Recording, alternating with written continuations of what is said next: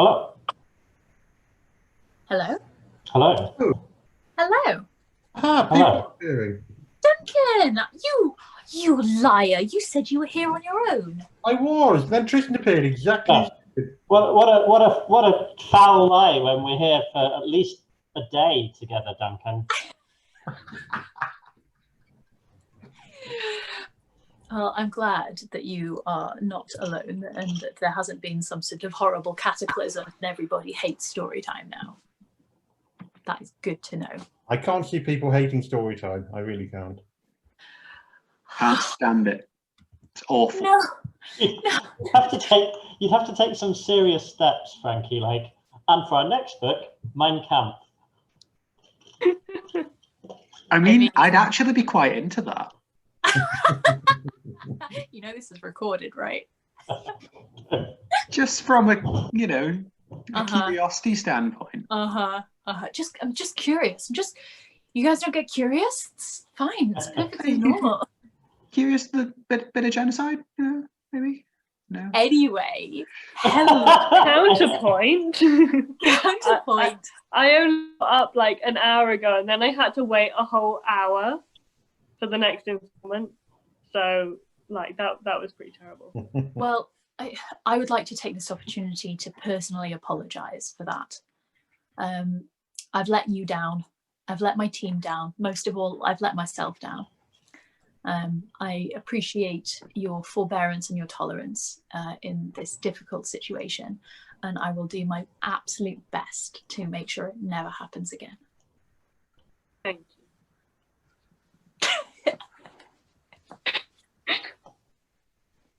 I wish that my boss could give as heartfelt and genuine apologies when he really means it.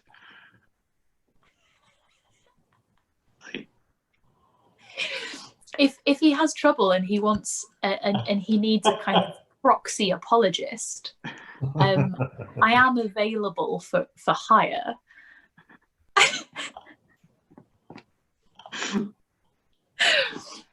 Wouldn't that be a great job? Like professional apologizer. I mean, I guess the problem is you would only ever be hired by arseholes, though.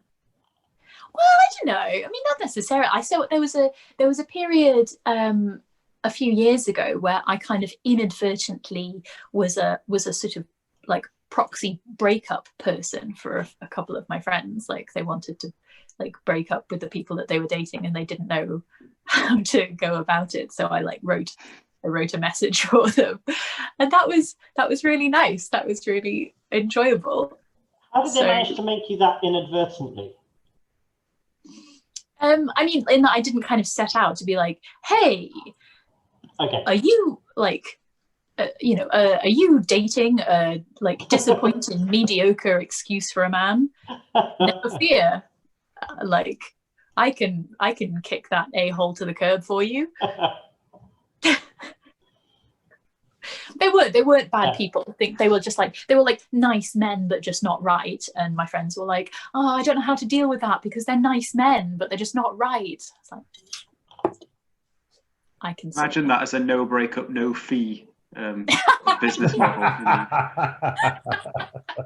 I feel like you could also totally use a similar model though for the apology thing though. Like, are you just really bad at putting your feelings into words? Let me do it for you. That's what I mean. Like, is adult communication terrifying? Of course it is. No words, no problem. Because then if it goes badly, like if I fuck it up still, it's my fault. All they're guilty of is maybe doing insufficient research into the workmen that they've hired. Or guilty of not realizing that they're apologizing for the wrong thing. That. I feel like that could be part of the service, though, is to get to the core of what's going on and make the apology meaningful. The only downside to that is, as far as I'm concerned, an apology is a promise to do better, and I don't think that Frankie can then take responsibility for all of their actions going forward.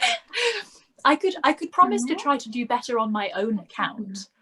I'd be like, this is what's gone wrong. Janine done fucked up royally. Janine's very sorry. She's probably going to keep doing this problematic thing, but I've taken the message on board. So the outlook for Janine is pretty poor, given that she hired someone to apologise for her. The point exactly. yeah. Also, hey, John. John. Long time no see. John! I mean, hello. Be cool, Frankie. Be cool. I'm cool. I'm cool. I'm cool. Hi, John.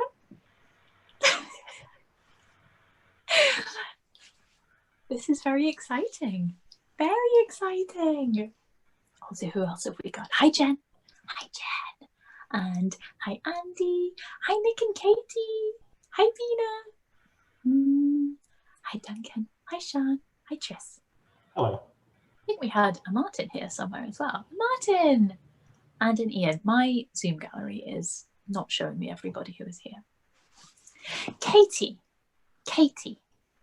How are you doing, my darling? I feel like I've barely seen you for 5 years. I miss you. Come here, come here, come here.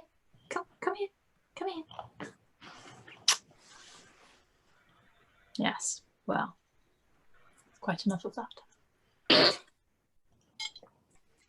I'm not sure it is, honestly. You know, you could do it again. Look at Katie's smile. Definitely worth doing again.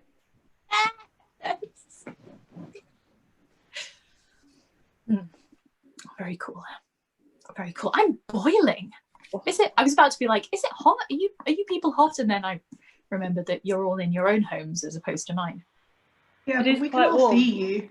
Yeah, it's warm in here, isn't it? You're always hot, Frankie. Oh, you. Oh, you.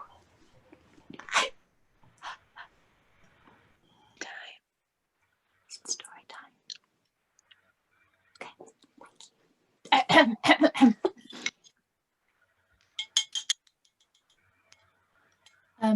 Everybody, if I can have your attention. It's story time. Sorry, I'll mute you all. I'll mute you all. Mute you all. Okay. Okay. Now, are you sitting comfortably? Then I'll begin.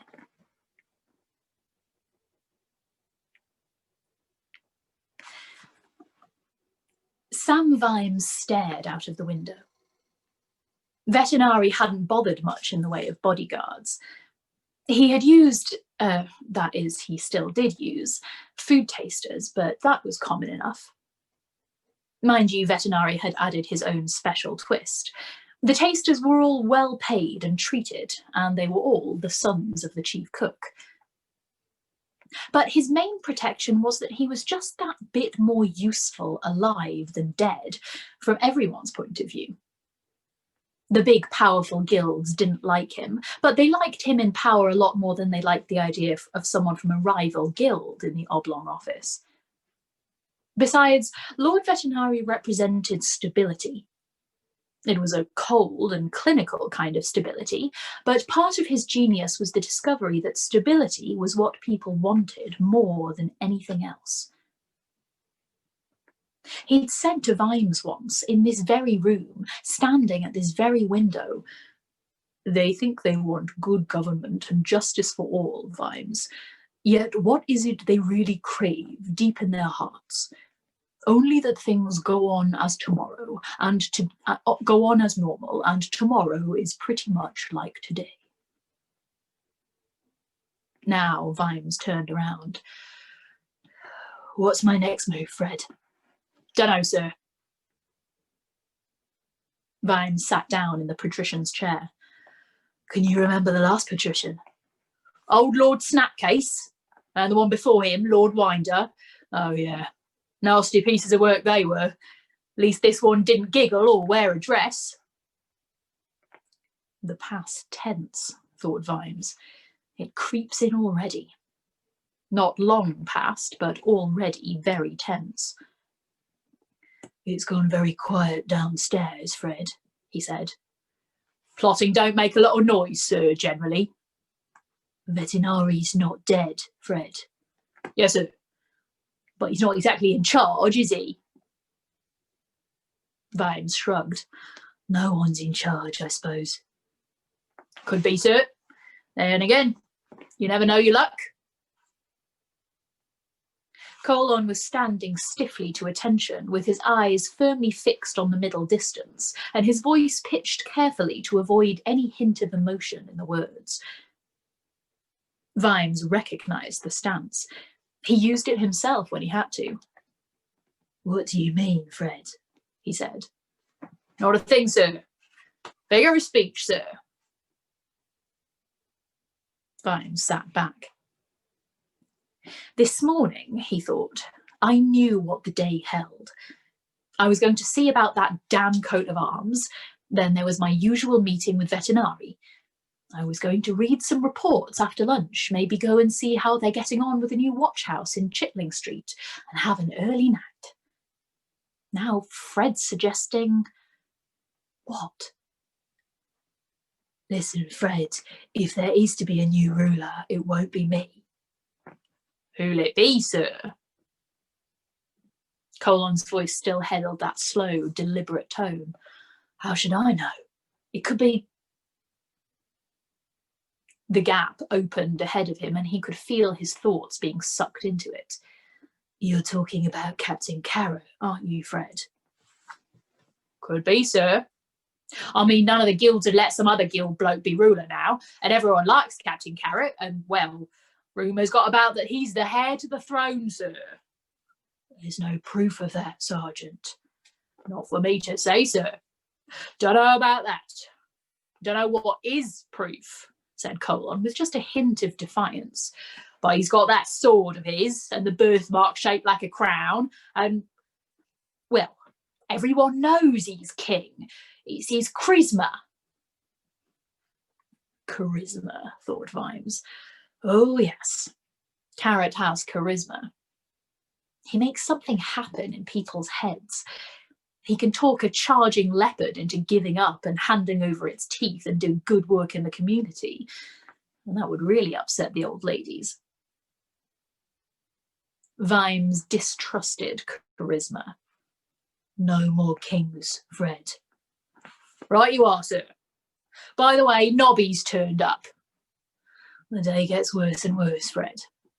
You said you talked to him about all these funerals, sir. The job goes on, I suppose.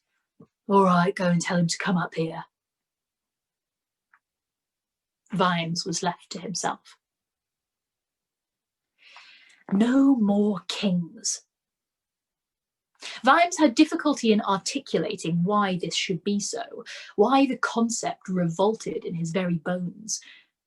After all, a good many of the patricians had been as bad as any king. But they were sort of bad on equal terms.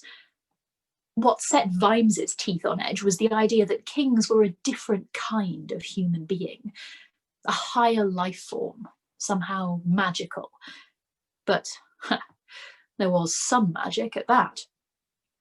Ankh-Morpork still seemed to be littered with royal this and royal that.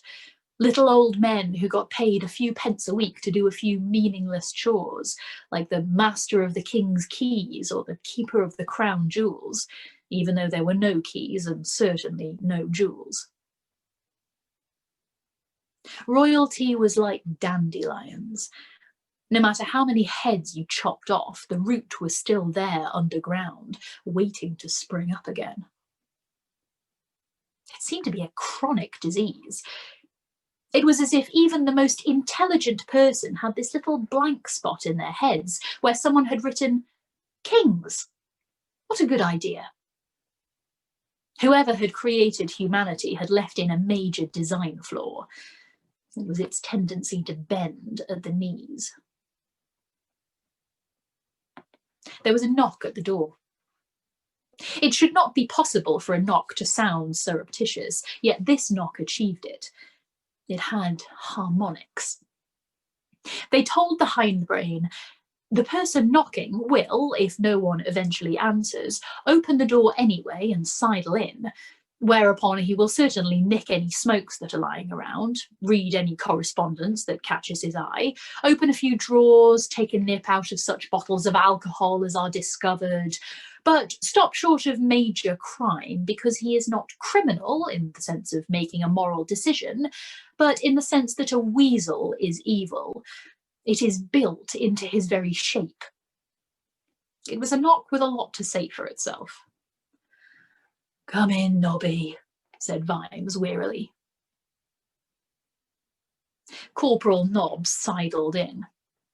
It was another special trait of his that he could sidle forwards as well as sideways. He saluted awkwardly. There was something absolutely changeless about Corporal Nobbs, Vimes told himself. Even Fred Colon had adapted to the changing nature of the City Watch, but nothing altered Corporal Nobbs in any way. It wouldn't matter what you did to him, there was always something fundamentally knobby about Corporal Nobbs. Nobby.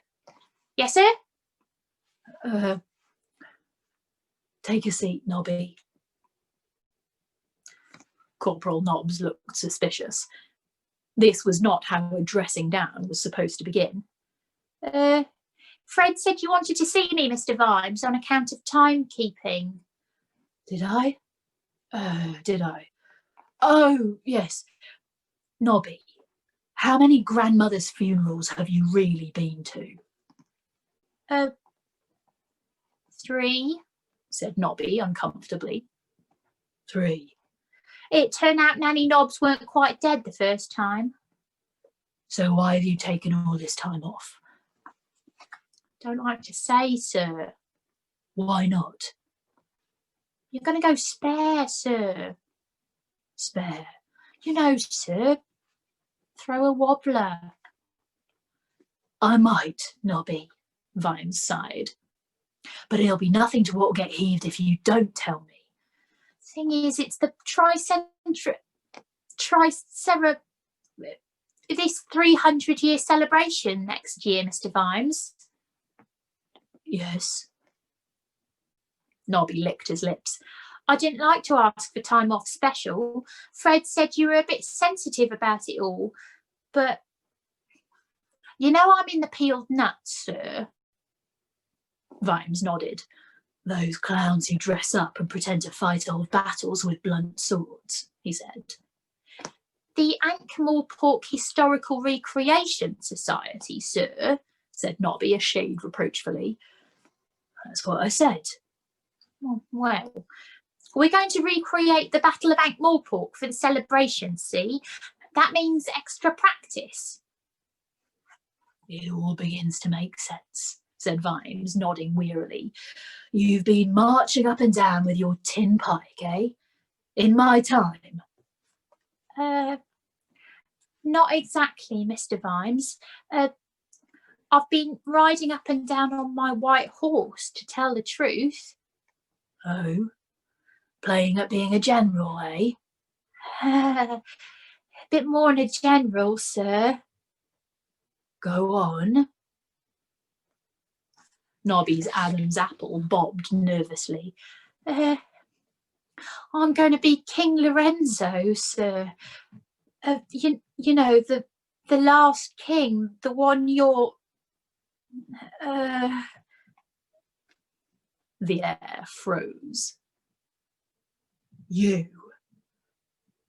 are going to be... Vimes began, unpeeling each word like a sullen grape of wrath. I said you'd go spare, said Nobby. Fred Colon said you'd go spare too. Why are you?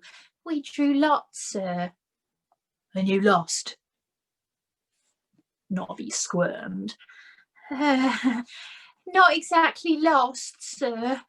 Not precisely lost. More sort of won, sir. Everyone wanted to play him. I mean, you get a horse in a good costume and everything, sir. And he was a king when all's said and done, sir. The man was a vicious monster. Well, it was all a long time ago, sir, said Nobby anxiously. Vimes calmed down a little. And who drew the straw to play Stoneface, Vimes? Nobby? Nobby hung his head. No one, sir. No one wanted to play him, sir. The little corporal swallowed and then plunged onward with the air of a man determined to get it all over with. So we're making a man out of straw, sir, so he'll burn nicely when we throw him on the bonfire in the evening. There's going to be fireworks, sir, he added with dreadful certainty. Vimes's face shut down. Nobby preferred it when people shouted. He had been shouted at for most of his life. He could handle shouting. No one wanted to be Stoneface Vimes, Vimes said coldly. On account of him being on the losing side, sir. Losing? Vimes's Ironheads won. He ruled the city for 6 months. Nobby squirmed again. Yeah, but everyone in the society says he didn't ought to have, sir. They said it was just a fluke, sir. After all, he was outnumbered 10-1 and he had warts, sir. And he was a bit of a bastard, sir, when all's said and done. He did chop off a king's head, sir. You got to be a bit of a nasty type to do that, sir. Saving your presence, Mr. Vimes. Vimes shook his head. What did it matter anyway? But it did matter somewhere. It had all been a long time ago. It didn't matter what a bunch of deranged romantics thought. Facts were facts. All right, I understand, he said. It's almost funny, really. Because there's something else I've got to tell you, Nobby. Yes, sir? Said Nobby, looking relieved. Do you remember your father? Nobby looked about to panic again. What kind of question is that to suddenly ask anybody, sir? Purely a social inquiry. Old Sconner, sir? Not much, sir. Never used to see him much, except when the military police used to come for to drag him out of the attic. Do you know much about your antecedents? That is a lie, sir. I haven't got no antecedents, sir, no matter what you might have been told. Oh, good. You don't actually know what antecedents means, do you, Nobby? Nobby shifted uneasily. He didn't like being questioned by policemen, especially since he was one. Not in so many words, sir. You never got told anything about your forebears? Another worried expression crossed Nobby's face, so Vimes quickly added, your ancestors. Only old Sconner, sir. Sir, if all this is working up to asking about them sacks of vegetables which went missing from the shop in Tricomine Road, I was not anywhere near the... Vimes waved a hand vaguely. He didn't leave you anything? Or anything? Couple of scars, sir. And this trick elbow of mine. It aches sometimes when the weather changes. I always remember old Sconner when the wind blows from the hub.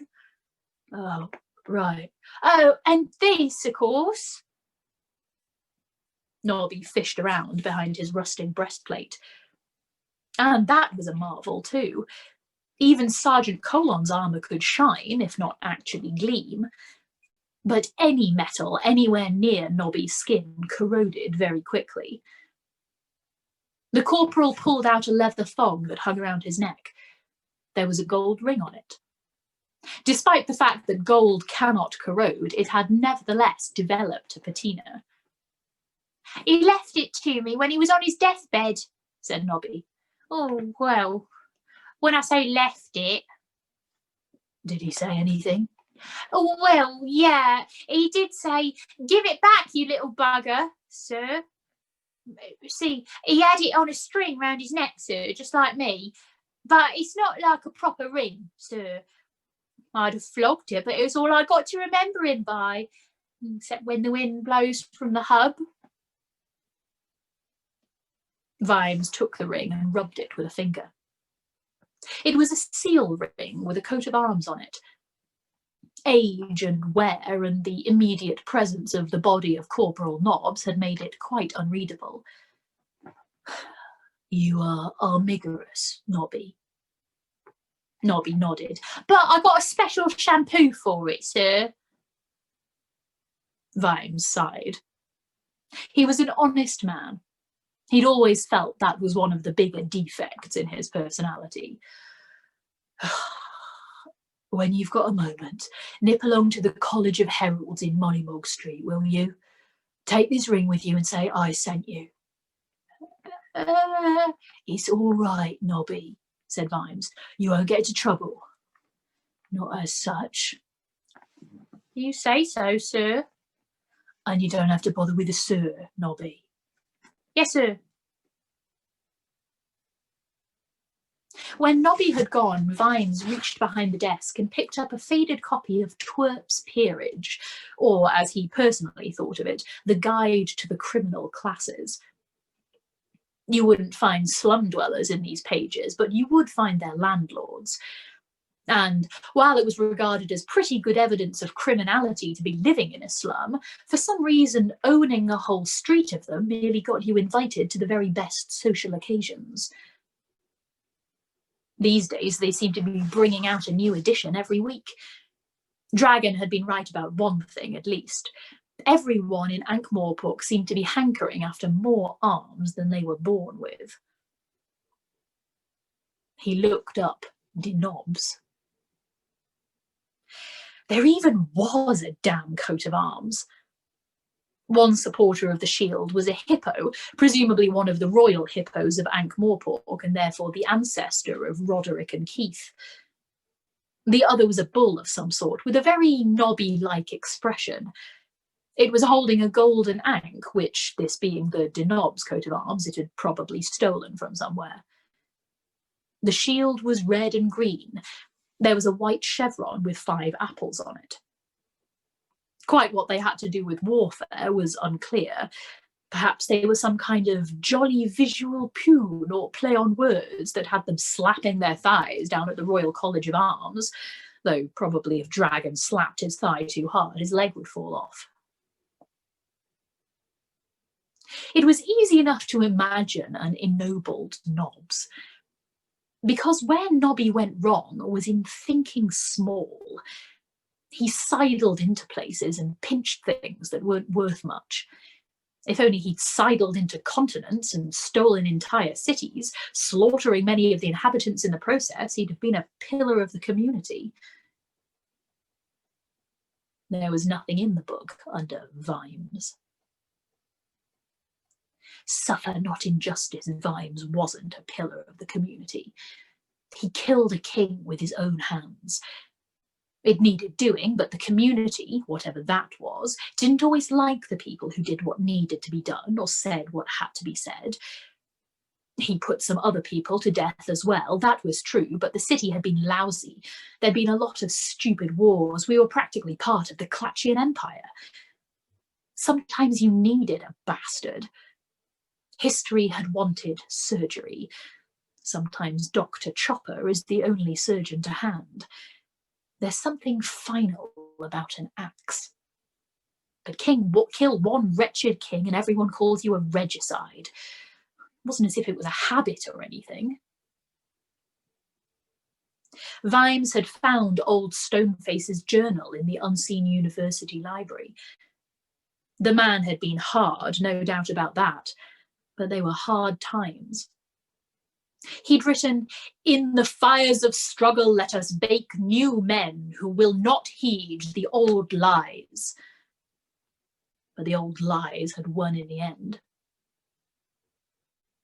He said to people, "You're free. And they said, hooray! And then he showed them what freedom costs, and they called him a tyrant. And as soon as he'd been betrayed, they milled around a bit like barn-bred chickens who've seen the big world outside for the first time. And then they went back into the warm and shut the door. Bing bong bing beep beep. Vimes sighed and pulled out his organiser. Yes. Memo, appointment with bootmaker, 2 p.m, said the imp. It's not 2 o'clock yet, and that was Tuesday in any case, said Vimes. So I'll cross it off the list of things to do then? Vimes put the disorganised organiser back in his pocket and went and looked out of the window again. Who had a motive for poisoning Lord Vetinari? No, that wasn't the way to crack it.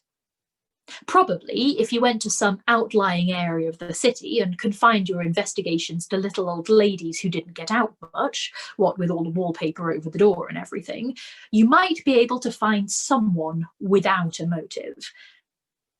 But the man stayed alive by always arranging matters so that a future without him represented a riskier business than a future with him still upright.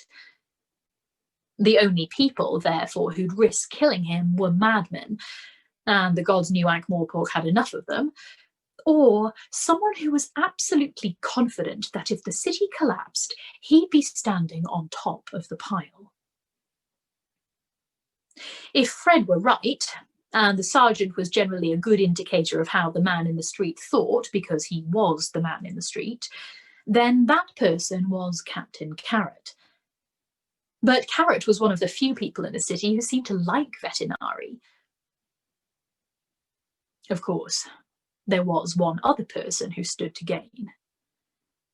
Damn, thought Vimes. It's me, isn't it? There was another knock at the door. He didn't recognise this one. He opened the door cautiously. It's me, sir. Littlebottom. Come in, then. It was nice to know that there was at least one person in the world with more problems than him. How's his lordship? Stable, said Littlebottom. Dead is stable, said Vimes. I mean he's alive, sir, and sitting up reading. Mr. Donut made up some sticky stuff that tasted of seaweed, sir, and I mixed up some global salts. Sir, you know the old man in the house on the bridge? Well, yes.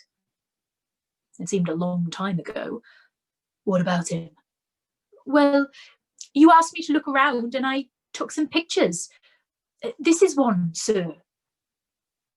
He handed Vimes a rectangle that was nearly all black. Odd. Where'd you get it? Have you ever heard the story about dead men's eyes, sir? I assume I haven't had a literary education, Littlebottom. Well, they say... Who say? They, sir. You know, they. The same people who are the everyone in Everyone Knows? The people who live in the community? Yes, sir. I suppose so, sir. Vimes waved a hand. Oh, them. Well, go on. They say that the last thing a dying man sees stays imprinted in his eyes, sir. Oh, that. That's just an old story. Yes, amazing, really.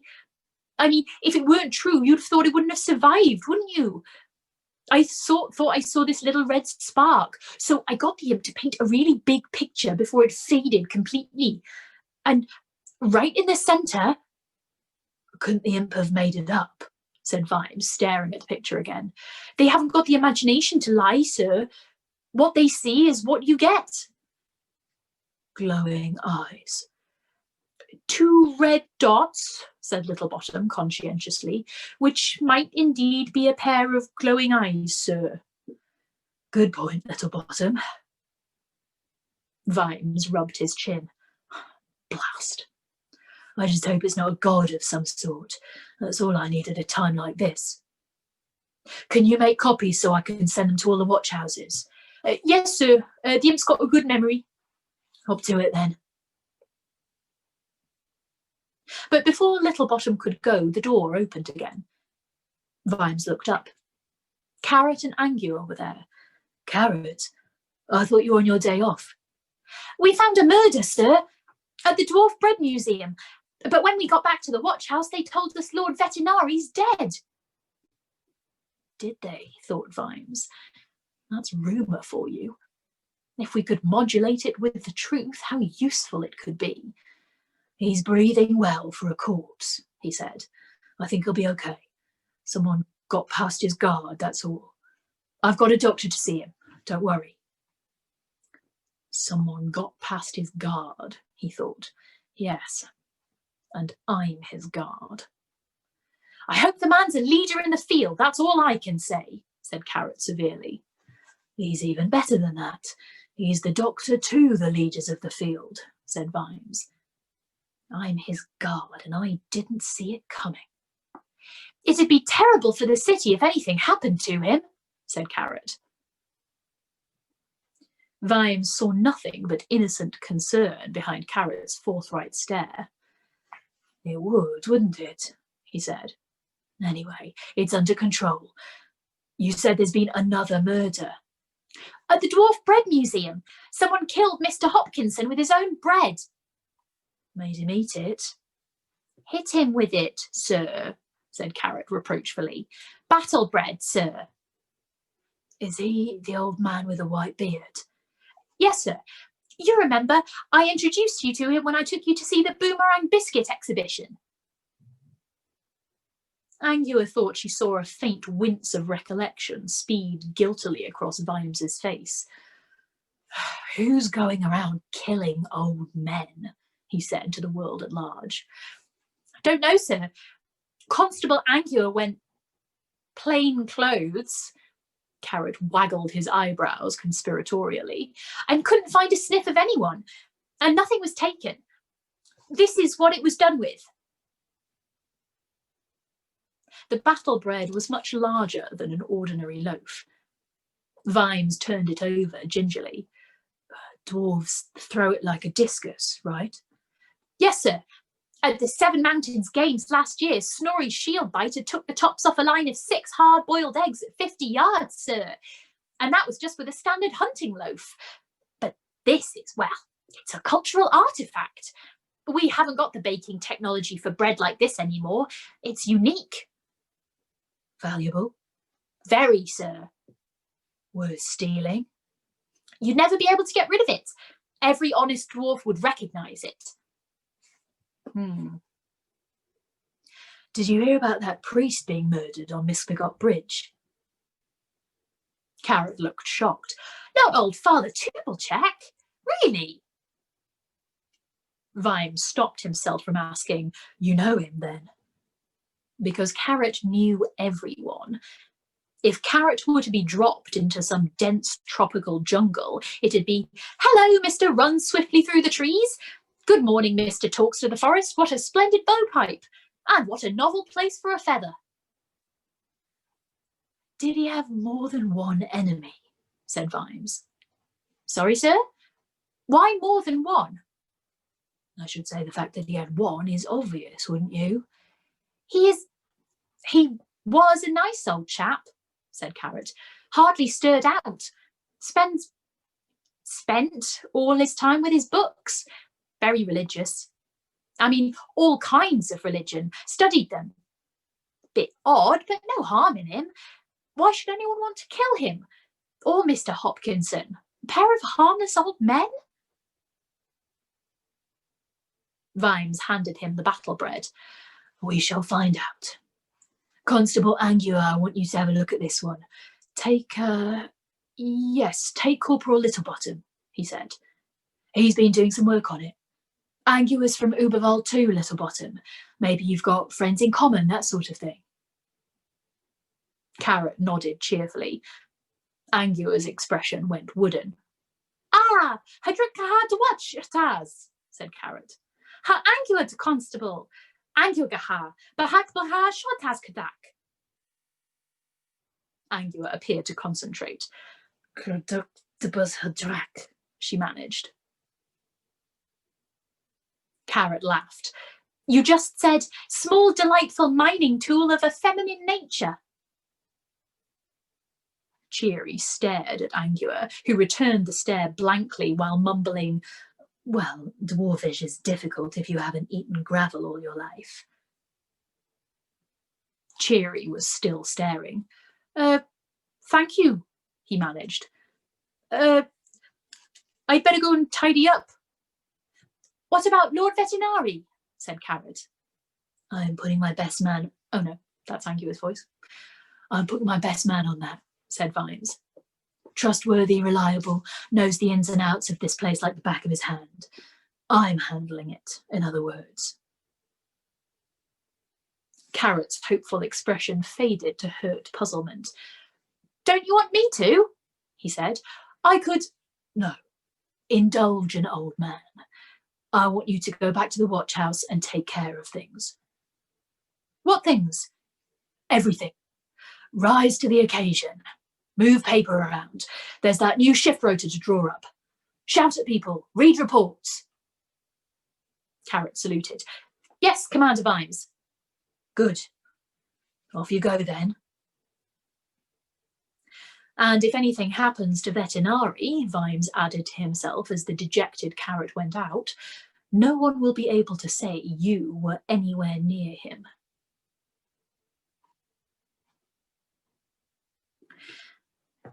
The little grille in the gate of the Royal College of Arms snapped open to the distant accompaniment of brayings and grunts. Yes, said a voice. What does thee want? I'm Corporal Nobbs, said Nobby. An eye applied itself to the grille. It took in the full, dreadful extent of the godly handiwork that was Corporal Nobbs. Are you the baboon? We've had one on order for...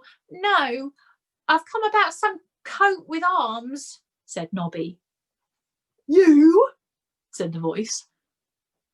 The owner of the voice made it very clear that he was aware there were degrees of nobility from something above kinship, stretching all the way down to commoner, and that as far as Corporal Nobbs was concerned, an entirely new category, commonest perhaps, would have to be coined. I've been told, said Nobby miserably, it's about this ring I've got. Go round the back door, said the voice. Cheery was tidying away the makeshift equipment he'd set up in the privy when a sound made him look around. Angua was leaning against the doorway. What do you want? He demanded. Nothing. I just thought I'd say, don't worry. I won't tell anyone if you don't want me to. I don't know what you're talking about. I think you're lying. Cheery dropped a test tube and sagged onto a seat. How could you tell? He said. Even of what the dwarves can't tell. I've been so careful. Shall we just say, I have special talents, said Angua. Cheery started to clean a beaker distractedly. I don't know why you're so upset, said Angua. I thought dwarves hardly recognized the difference between male and female anyway. Half the dwarves we bring in here on a number 23 are female. I know that, and they're the ones that are hardest to subdue. What's a number 23? Running, screaming at people while drunk and trying to cut their knees off, said Angua. It's easier to give them numbers than write it down every time. Look, there's plenty of women in this town that'd love to do things the dwarf way. I mean, what are the choices they've got? Barmaid, seamstress, or someone's wife. Well, you can do anything the men do, provided we do only what the men do, said Cheery. Angua paused. Oh, she said. I see. Ha. Yes, I know that tune. I can't hold an axe, said Cheery. I'm scared of fights. I think songs about gold are stupid. I hate beer. I can't even drink dwarfishly. When I try to quaff, I drown the dwarf behind me. I can see that could be tricky, said Angua. I saw a girl walk down the street here and some men whistled after her. And you can wear dresses with colours. Oh dear. Angua tried not to smile. How long have lady dwarfs felt like this? I thought they were happy with the way things are. Oh, it's easy to be happy when you don't know any different, said Cheery bitterly. Chainmail trousers are fine if you've never heard of lingerie. Oh, yes, said Angua. Lingerie, yes. She tried to feel sympathetic and found that she was, really, but she did have to stop herself from saying that at least you don't have to find styles that can easily be undone by pause. I thought I could come here and get a different kind of job, Cheery moaned. I'm good at needlework and I went to see the Guild of Seamstresses and... She stopped and blushed behind her beard. Yes, said Angua. Lots of people make that mistake. She stood up straight and brushed herself off. You've impressed Commander Vimes anyway. I think you'll like it here. Everyone's got troubles in the watch. Normal people don't become policemen. You'll get on fine. Commander Vimes is a bit... Cheery began. He's okay when he's in a good mood. He needs to drink, but he doesn't dare to these days. You know, 1 drink is too many, 2 is not enough, and that makes him edgy. When he's in a bad mood, he'll tread on your toes and then shout at you for not standing up straight. You're normal, said Cheery shyly. I like you. Angua patted her on the head. You say that now, she said, but when you've been around here for a while, you'll find out that sometimes I can be a bitch. What's that? What? That painting with the eyes. Or 2 points of red light, said Cheery. Oh, yeah? It's the last thing Father Tubelchek saw, I think, said the dwarf. Angua stared at the black rectangle. She sniffed. There it is again. Cheery took a step backwards. What? What? Where's that smell coming from? Angua demanded. Not me, said Cheery hurriedly. Angua grabbed a small dish from the bench and sniffed at it. This is it. I smelled this at the museum. What is it? It's just clay. It was on the floor in the room where the old priest was killed, said Cheery. Probably it came off someone's boot. Angua crumbled some of it between her fingers. I think it's just potter's clay, said Cheery. We used to use it at the guild. For making pots, she added, just in case Angua hadn't grasped things. You know, crucibles and things. This looks like someone tried baking it but didn't get the heat right. See how it crumbles? Pottery, said Angua. I know a potter. She glanced down at the dwarf's iconograph again. Please no, she thought. Not one of them. The front gate of the College of Arms, both front gates, were swung open. The 2 heralds bobbed excitedly around Corporal Nobbs as he tottered out. Has your lordship got everything he requires? said Nobby. If we can be of any help whatsoever. Any help at all?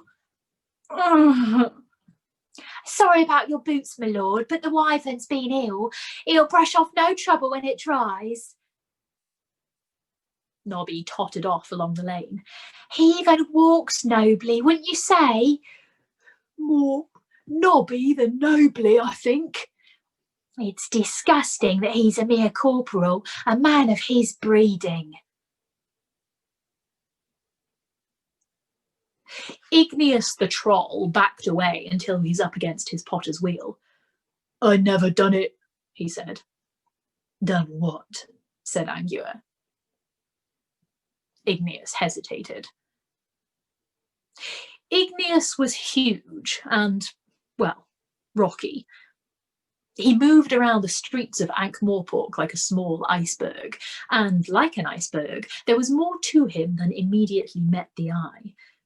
He was known as a supplier of things, more or less any kind of things. And he was also a wall, which was the same as a fence, only a lot harder and tougher to beat. Igneous never asked unnecessary questions, because he couldn't think of anything. "Nothing," he said finally. Igneous had always found the general denial was more reliable than the specific refutation. "Glad to hear it," said Angua. "Now, where do you get your clay from?"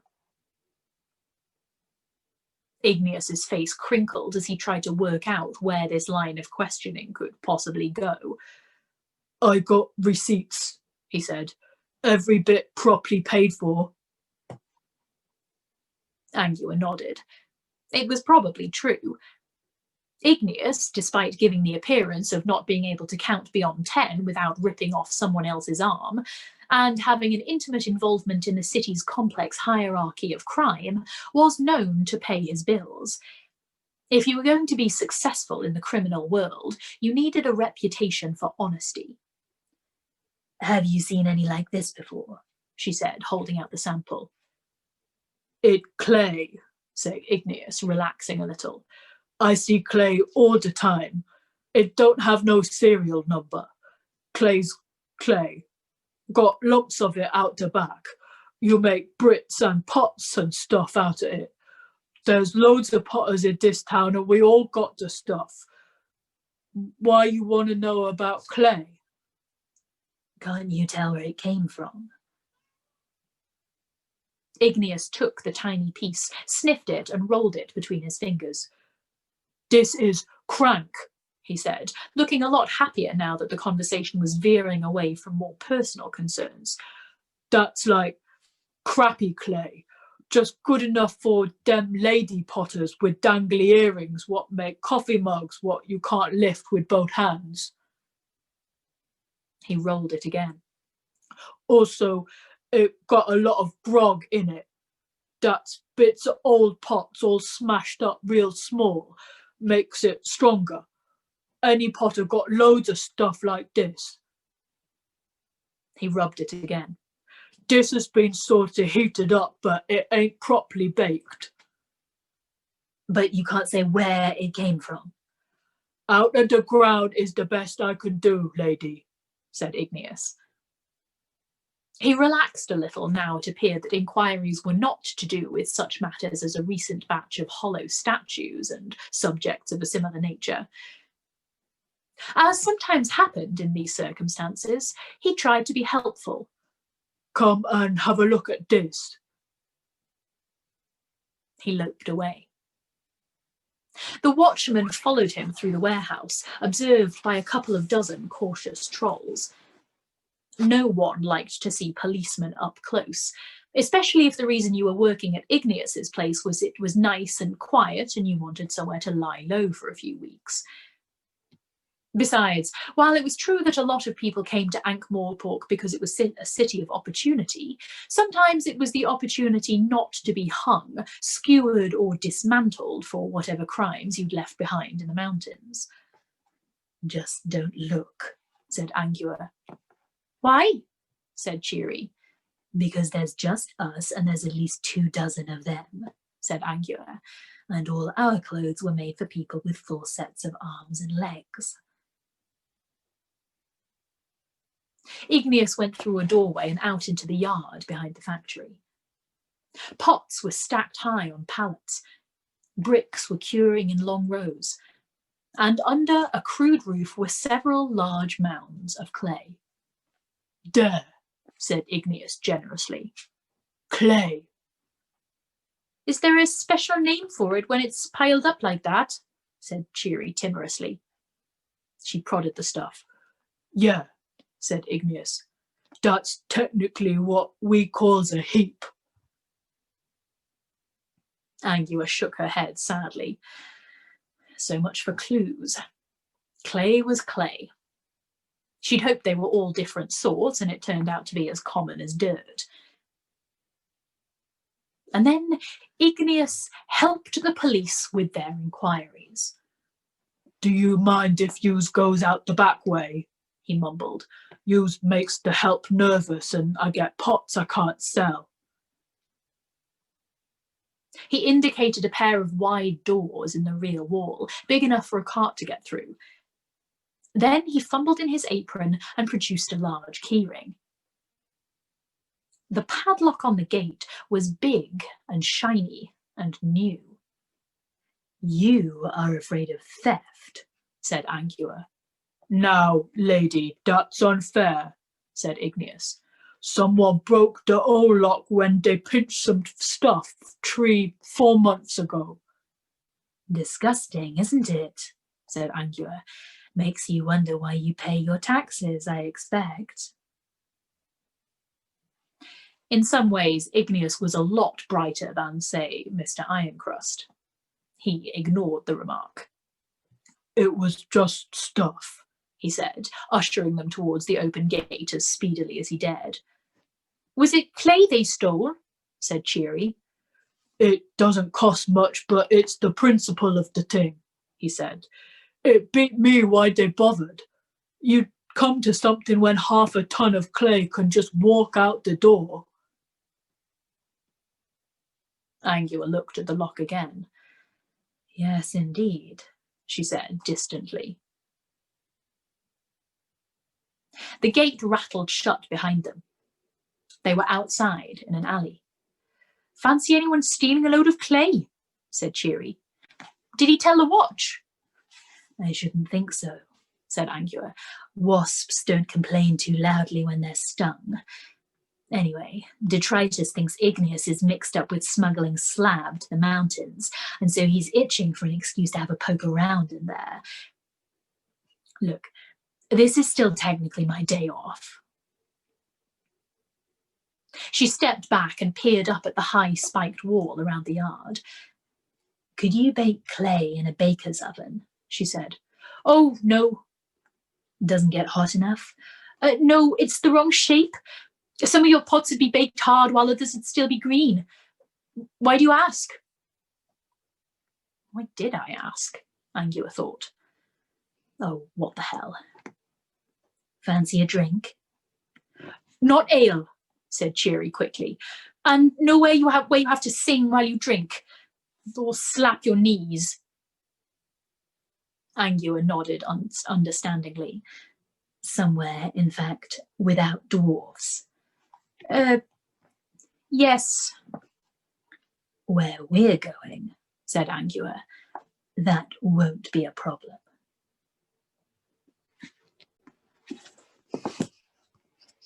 Ah, you're so mean.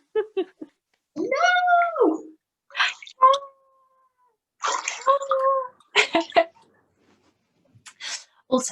Also, very quickly, I have a couple of messages. Is Katie there? She is here, yeah. Katie, come in, Katie. I have a thing to say to you. Everybody else, listen up, because this is just as true for all of you as it is for Katie. Katie, my darling, everything is going to be okay. Everything. You know, some people say nothing's going to be okay. They are wrong. Some people say some things are going to be okay. They're wrong. I have heard it said that most things are going to be okay. That's closer. It's closer, but it's not quite there because, and this is very important, I have special inside information. I shouldn't be telling you this. I might have to cut it out of the recording. So, you know, keep this to yourselves. But everything is going to be okay. I love you. We all love you. We've got you. Like this. 2021 is going to be the best year ever. We're going to be all over you and all over each other like flannels. There. And message 2, Lisa and Jonas.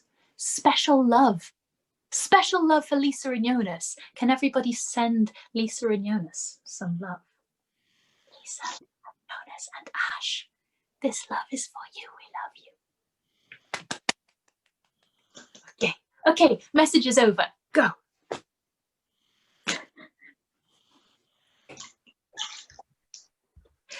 It'd be quiet now. Is somebody in the bath? I hear splashing. Sorry, yes, we're in back.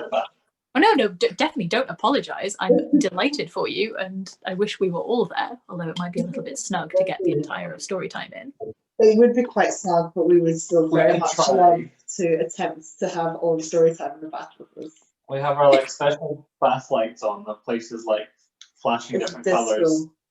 That sounds incredible. Such strong bath time game.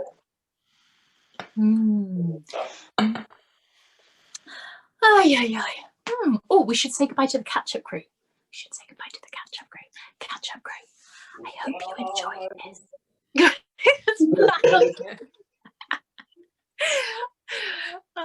Okay.